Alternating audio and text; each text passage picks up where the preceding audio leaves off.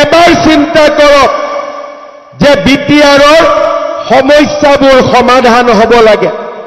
আমি সকলো জাতি জনগোষ্ঠী বড়ো, ৰাভা, শৰণীয়া, মদাহী, বৰ্মন, কোচ, কলিতা, গোৰ্খা, নাথ, যোগী, আমি বঙালী ভাষী, অনুসূচিত জাতি, আমি গোৰ্খা, আমি আদিবাসী, চাহ জনজাতি, আমি সকলো ৰাইজ একেলগে একেডাল ফুটাৰে আমি এডাল সমন্বয়ৰ সাঁকো আমি নিৰ্মাণ কৰিব লাগে। কেতিয়া আমি নিৰ্মাণ কৰিব পাৰিম? যেতিয়া কাৰো মনত দুখ নাথাকিব। আৰু এইবাৰৰ ইলেকশ্যনত বিজেপিৰ এটাই ঘোষণা, আমি মানুহৰ মনৰ পৰা দুখবোৰ মচি দিম। কোনো দ্বিতীয় শ্ৰেণীৰ নাগৰিক নাথাকিব, সকলো প্ৰথম শ্ৰেণীৰ নাগৰিক হ'ব পাৰিব। শ্ৰদ্ধা ৰাইজ, এই ইলেকশ্যনটোক আপোনালোকে সুযোগ বুলি গ্ৰহণ কৰক। অসমত বিজেপিৰ চৰকাৰ থাকিব, দিল্লীত মোদীৰ চৰকাৰ থাকিব। মই মুখ্যমন্ত্ৰী, মই ইয়াত ইলেকশ্যনৰ পিছতো আহিম। আৰু আপোনালোকে মোক ক'ব যে ছাৰ আমাৰ এই কাম হোৱা নাই, ছাৰ আমি অৰুণোদয় পোৱা নাই, ছাৰ আমি ঘৰ পোৱা নাই, ছাৰ মোৰ ল'ৰাই চাকৰি পোৱা নাই, নাৰ্ছত পঢ়িব সুবিধা পোৱা নাই। মই শুনিব পাৰোঁ, ডাক্তৰে শুনিব, মেডিচিন দিব নোৱাৰে। কিন্তু যদি আমাৰ চৰকাৰ দিল্লীত হয়, দিছপুৰত হয়, কোকৰাঝাৰত হয়, আমি মেডিচিনো দিব পাৰিম, আমি চিকিৎসাও কৰিব পাৰিম। ঠিক কথা কৈছো নে নাই? মই এই ইলেকশ্যনক আপোনালোকে এটা সুযোগ বুলি গ্ৰহণ কৰক। সুযোগ বাৰে বাৰে নাহে, 5 বছৰৰ মূৰত এবাৰ আহে। আৰু এতিয়া আকাশখন ফৰকাল, কোনেও কাকো গালি গালাজ নকৰে, কোনেও কাকো মাৰপিট নকৰে, কতো বন্দুক নাই। যিকেইটা আছিল মই গোটেইকেইটা গুৱাহাটীত লৈ গৈছো। যিমান কেইটা ইয়াত বন্দুক আছিল, এটা গোটেইকেইটা মোৰ লগতে আছে, ৰাইজৰ লগত নাই। আৰু নিজে নিজে দিছে। এনেকুৱা নহয় যে আমি যুদ্ধ বিগ্ৰহ কৰি আনিছো, নিজে নিজে দিছে। যোৱাকালিও মোক লগ কৰিব গৈছিল। মই বোলো চব কৰিব লাগিব, গণতান্ত্ৰিকভাৱে কৰিব লাগিব। কোনো বন্দুকে কথা নকয়। আৰু আজি মই নিজকে গৌৰৱ অনুভৱ কৰোঁ যে আগতে কোনো মুখ্যমন্ত্ৰীৰ দিনত যি কাম সম্ভৱ হোৱা নাছিল, আজি মোৰ দিনত সেই কাম আমি কৰিব পাৰিলো। কিন্তু ইয়াতে মই ৰখিব খোজা নাই। যদি মানুহৰ মনত খং থাকে, মানুহৰ মনত যদি দুখ থাকে, বিটিআৰত আকৌ বন্দুক ওলাব। যদি সকলোৱে সমান হৈ যায়, এই বিটিআৰত জীৱনত আৰু কেতিয়াও দ্বিতীয়বাৰ বন্দুক নোলাব। আমি সেই পৰিৱেশ নিৰ্মাণ কৰিব লাগে। শ্ৰদ্ধাৰ ৰাইজ, আজি আমি অৰুণোদয় আঁচনি দিছো, 1250 টকা মাহত পায়। 1 জানুৱাৰীৰ পৰা অৰুণোদয় পৰিয়ালে গেছ কিনিলে তাৰ কাৰণেও 250 টকা পাব। তাৰ মানে এটা অৰুণোদয় এতিয়া 1250 নহয়, 1500 টকাকৈ পাব চৰকাৰৰ পৰা। বিটিআৰৰ মাসকলেও পাব লাগে নে নালাগে? কোনে কোনে পাই আছে হাত দাঙকচোন।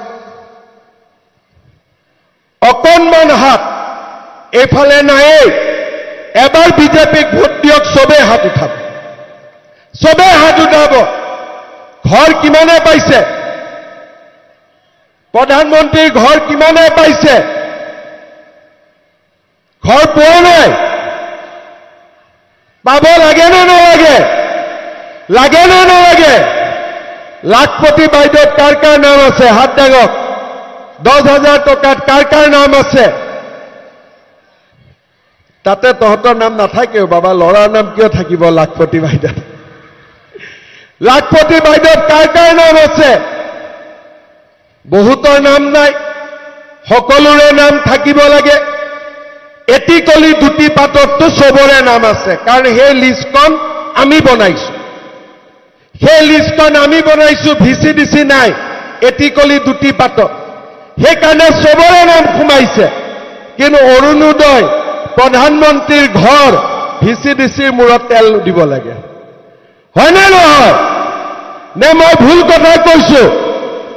লাগিলে ভিচিডিচি বিজেপিৰে হওক, সঁচা কথা কোৱাত কোনো ভুল নাই, হয়নে নহয়?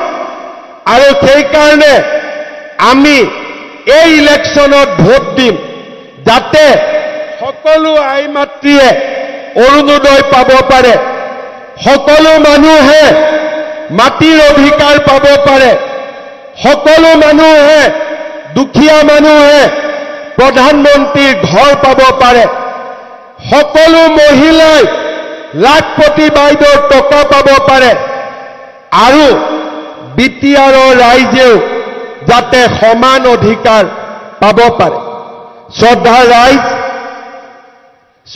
ৰাইজ, এইবাৰ ইলেকশ্যনত ভোট দিওঁতে আপোনালোকে এটাই চিন্তা কৰিব যে আমি সকলোৱে যাতে সমান নাগৰিক হ'ব পাৰোঁ।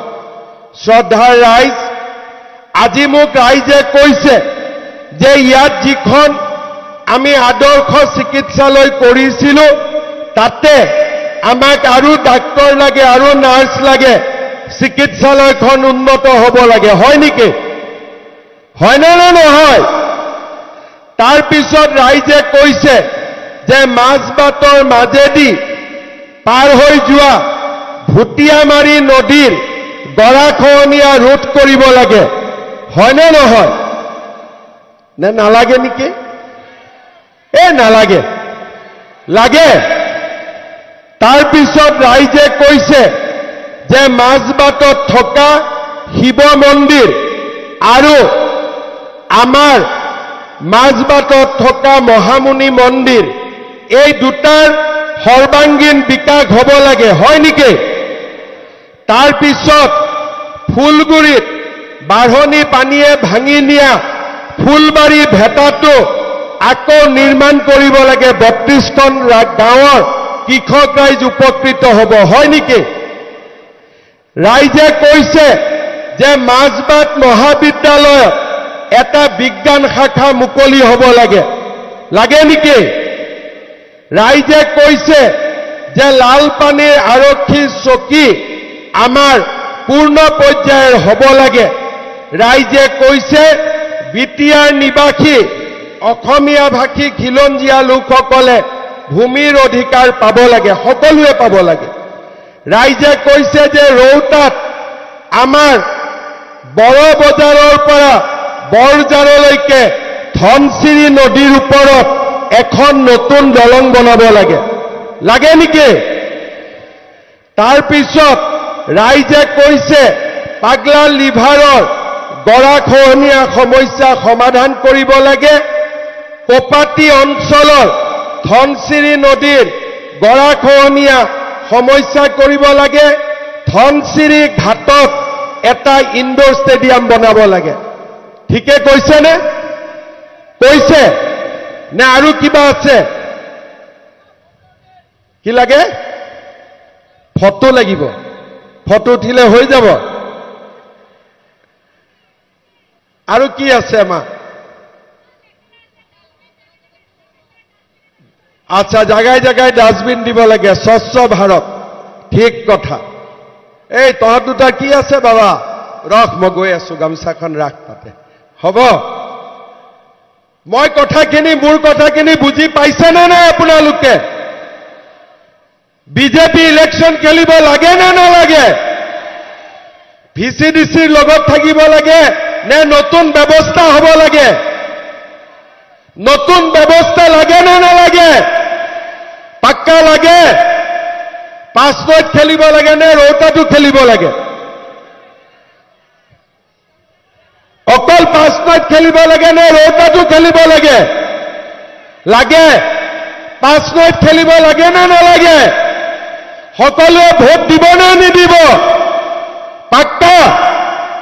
সকলোৱে এইবাৰ যাতে বিটিআৰৰ ৰাইজৰ মনত কেতিয়াও আৰু যাতে দুখ নাথাকে, সকলো যাতে প্ৰথম শ্ৰেণীৰ নাগৰিক হ'ব পাৰে, এবাৰ আপোনালোক সকলোৱে পদুমৰ ছবিত ভোট দিব লাগিব। দিব? পাক্কা দিব?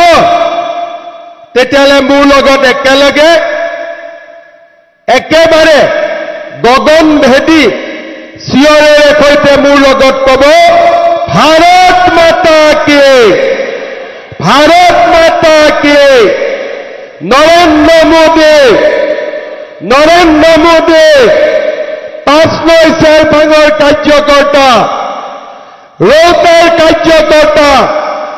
বহুত বহুত ধন্যবাদ। ইলেকশ্যন যেতিয়া হ'ব তেতিয়া আকৌ এবাৰ আপোনালোকৰ মাজত আহিম, ঠিক আছে? ইলেকশ্যন ঘোষণা হ'লে আৰু এদিন আপোনালোকক লগ পাব আহিম। আজি বহুত গৰমো আছে। বহুত বহুত ধন্যবাদ।